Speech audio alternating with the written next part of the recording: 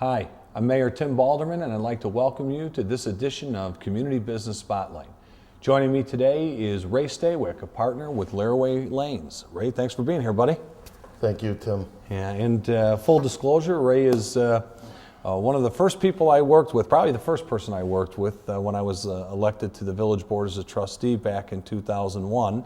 And Ray was with the Park District, and things were not so smooth between the entities back then, and you and I were given the difficult task of making it work, but we did it really well. So, we did. Yeah, I appreciate your efforts. But you're here today to talk about Laraway Lanes, your partner with the bowling alley? Yes, sir. All right, tell us a little bit about it. Well, we're a bowling alley primarily. We also have a lounge and a small kitchen, but our focus is on bowling. We've been focusing on family type packs, as to say, or whatever, to try to draw families out with kids, making it a little bit reasonable in this economic times, for at least to come out and have a couple hours of fun. And it seems like it's being used. Okay, so aside from that, that's, you know. Well, people are going to say Laraway Lanes. Where's Laraway Lanes? Well, we're down at the corner of Nelson and Laraway Road. Our address is 1009 West Laraway. We're located kitty corner from CVS in, I don't know what the name of the shopping center is that we're in, but we're the biggest building there. And we're in New Lenox. Right, and formerly known as, of course, Country Lanes. Country yes. Lanes, and now changed to Laraway Lanes. And, Right. And I had the opportunity to come in and see you not that long ago. And boy, you guys have done an awful lot of work in there, haven't you? Well, part of that was with the previous operator, and then as we came in, we've done some stuff. They put in the carpet, but we've done the ceiling tiles, we repaired the air conditioning, a lot of elbow grease. The end of September and through most of October, it was just getting and cleaning because it wasn't used too much in the last year, from what I understand. So we focused on that. We brought in overhead scores, which originally wasn't in our plan. But since we took over after the league started, it's basically a league house.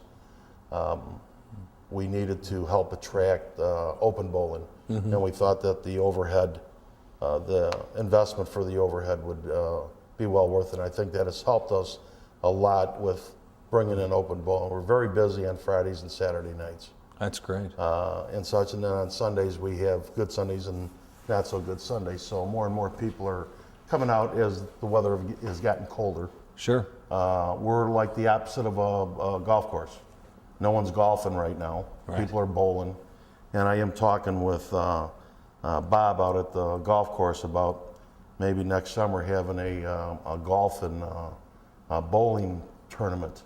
Oh, nice. We'll combine it. So I have to get together with Bob and see. And I started Dale Larson and I started the golf and fish, and that has taken off out there, a family type thing at the golf course. So I was thinking maybe we could do something similar with that.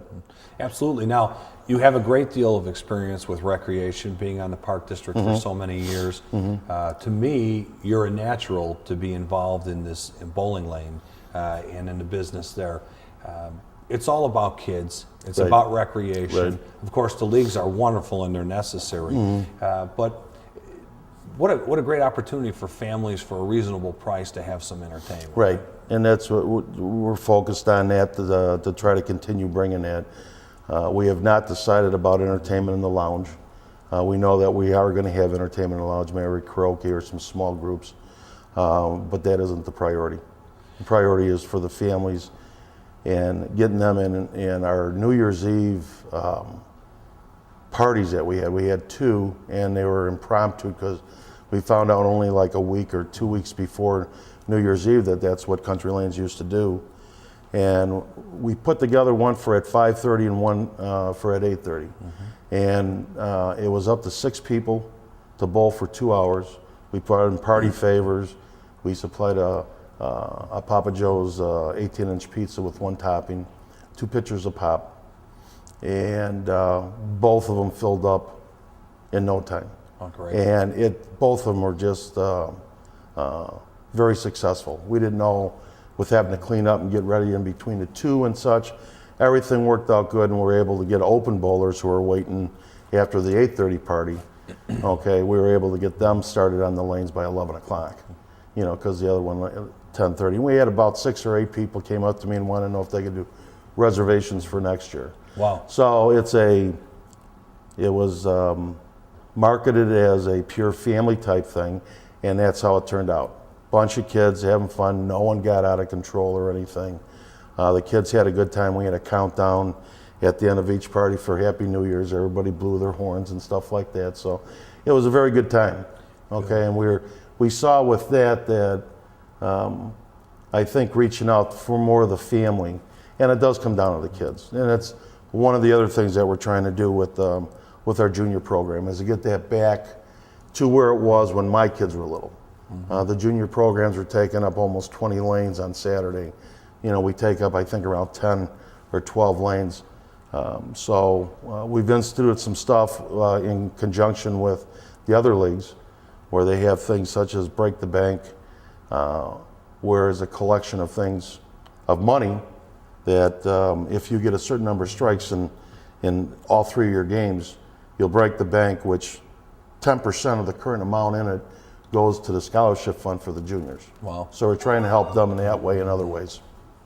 That's fantastic. So you're trying to get the community reacquainted with New Lenox and keep them here in town as opposed to going other places, which is Right, wonderful. as much as possible, sure. Yeah. And we've had people from Palmer Ranch, from Laraway Ridge, that said that they haven't been in the place for maybe, they say 8 to 10 years. Some have been going up to Brunswick Zone up in Romeoville at Weber Road and 55. And now they're saying, no, they're going to come here. Oh, that's wonderful. Okay, so we're seeing that a little bit of a turn for that and people interested in it and everything. So, right now we're focused on, we got a couple new Friday night monthly leagues that just started. For the second half, we made a deal to try to get people to come back and look at us now type thing. Good. And we have them going, and then now we're trying to focus to see what we could possibly do for summer leagues as we start getting in and marketing for the fall leagues. Well, you yourself have been so personally committed to this community in so many ways. What is it about New Lenox that you really like? Well, as we're growing, it's still, I came from Joliet, and when I was living in Joliet, we were 84,000 people. The entire portion of New Lenox seemed like my neighborhood, being from Joliet. So that had a lot to do with it. And as we grow, we're still able to keep that. And I think we probably won't be able to keep it forever, but as long as we can, I think it'll work out better for the community as a whole. No doubt. At least for the kids and for recreation and for different things, the library and things of that nature. If you stay as a community and everybody tries to help each other, And again, the relationship you talked about with the Park District and the village has paid off tenfold for the community as a whole, specifically the Park District.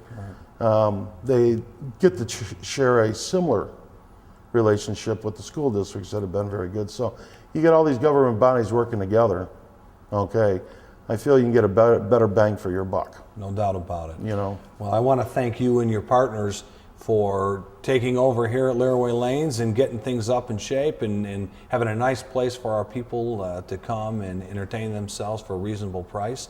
And I want to personally thank you for all of your service to the community. You've done an awful lot, Ray, and it's nice that you're still around giving back. Well, I appreciate the opportunity to come up and promote the business and everything. And Tim, you have always, or I should be calling you Mr. Mayor. Nah, Tim is good, buddy. We're friends. That's good. You've always had a welcome hand out there, and that's good for the community. Thank you, buddy. Well, I appreciate you being here. No problem. Thank you very much. And I want to thank all of you for watching this edition of Community Business Spotlight.